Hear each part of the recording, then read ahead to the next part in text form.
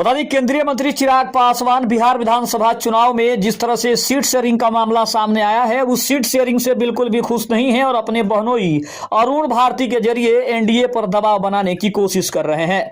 नमस्कार, मैं हूं संजीव और आप देख रहे हैं आप तक न्यूज। अगर आप हमारे चैनल पर नए हैं तो चैनल को जरूर सब्सक्राइब कर लें। बता दें, केंद्रीय मंत्री चिराग पासवान बिहार विधानसभा चुनाव में एनडीए के सीट शेयरिंग से बिल्कुल भी खुश नहीं है और अपने बहनोई यानी कि जमुई के सांसद अरुण भारती के जरिए एनडीए के ऊपर दबाव बनाने की कोशिश में है। एनडीए कोऑर्डिनेशन कमेटी के एक सदस्य के मुताबिक सीट शेयरिंग में जदयू को 102 सीट, भाजपा 101 सीट, हिंदुस्तान अवाम मोर्चा 10 और राष्ट्रीय लोक मोर्चा की 10 सीटों पर करीब करीब सहमति बन चुकी है। लेकिन लोक जनशक्ति पार्टी रामविलास को मिले 20 सीटों से उसके प्रमुख चिराग पासवान संतुष्ट नहीं है और उन्हें संतुष्ट करने के लिए भाजपा के आला कमान को लगाया गया है। चिराग अपनी पार्टी के लिए 40 से ज्यादा सीटों पर दावेदारी पेश कर रहे हैं और एनडीए पर दबाव बना रहे हैं। इसके लिए चिराग ने अपने बहनोई और जमुई के सांसद अरुण भारती को आगे कर दिया है।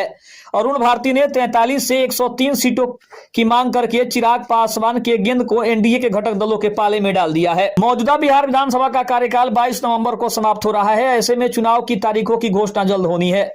इससे पहले एनडीए में सीट बंटवारे को लेकर भी चिराग का प्रेशर पॉलिटिक्स से एनडीए में माहौल गरमाया है। इस संबंध में भाजपा के एक वरिष्ठ नेता ने बताया कि जदयू को गठबंधन का बड़ा भाई मानते हुए उसे ज्यादा सीटें देने पर सहमति बन चुकी है। हालांकि चिराग पासवान की लोक जनशक्ति पार्टी रामविलास ने 40 सीटों से ज्यादा की मांग करके सबको असमंजस की स्थिति में डाल दिया है, या फिर हम यूं कहें कि चिराग की मांग ने एनडीए के समीकरण को बहुत ही पेचीदा बना दिया है। अब राजनीतिक विशेषज्ञों का मानना है कि चिराग पासवान का दबाव उनकी पार्टी के कार्यकर्ताओं का मनोबल ऊंचा रखने के लिए है, लेकिन जदयू किसी भी कीमत पर उन्हें बड़ा हिस्सा देने को तैयार नहीं है। हालांकि सीट शेयरिंग पर चिराग पासवान को थोड़ा समझौता करना होगा, ऐसा दिखाई भी दे रहा है। बता दें कि अक्टूबर 2020 में रामविलास पासवान का निधन हो गया था और उस साल नवंबर में हुए विधानसभा चुनाव में चिराग ने खुद को आजमाया। लोजपा के उम्मीदवार 137 सीटों पर लड़े, लेकिन एक पर जीत हुई। लोजपा को 5.66% वोट मिला। इस चुनाव में चिराग पासवान के 2 लक्ष्य थे, उनकी मदद से भाजपा की अगुवाई में सरकार का गठन और नीतीश कुमार को मुख्यमंत्री बनने से रोकना। उन्हें दोनों प्रत्यक्ष लक्ष्य हासिल हालांकि नहीं हुआ था। बता दें, बाद के दिनों में पता चला कि जदयू को कमजोर करना ही उनका असली लक्ष्य था, जिसे उन्होंने हासिल कर लिया। 71 विधायकों के साथ चुनाव मैदान में गया जदयू। अब परिणाम के साथ लौटा तो उसके विधायकों की संख्या घटकर 43 रह गई थी। तो अब जदयू ने भी स्वीकार किया था कि चुनाव में उसकी खराब उपलब्धि के लिए लोजपा जिम्मेदार है, जिसे भाजपा ने पराजित किया था।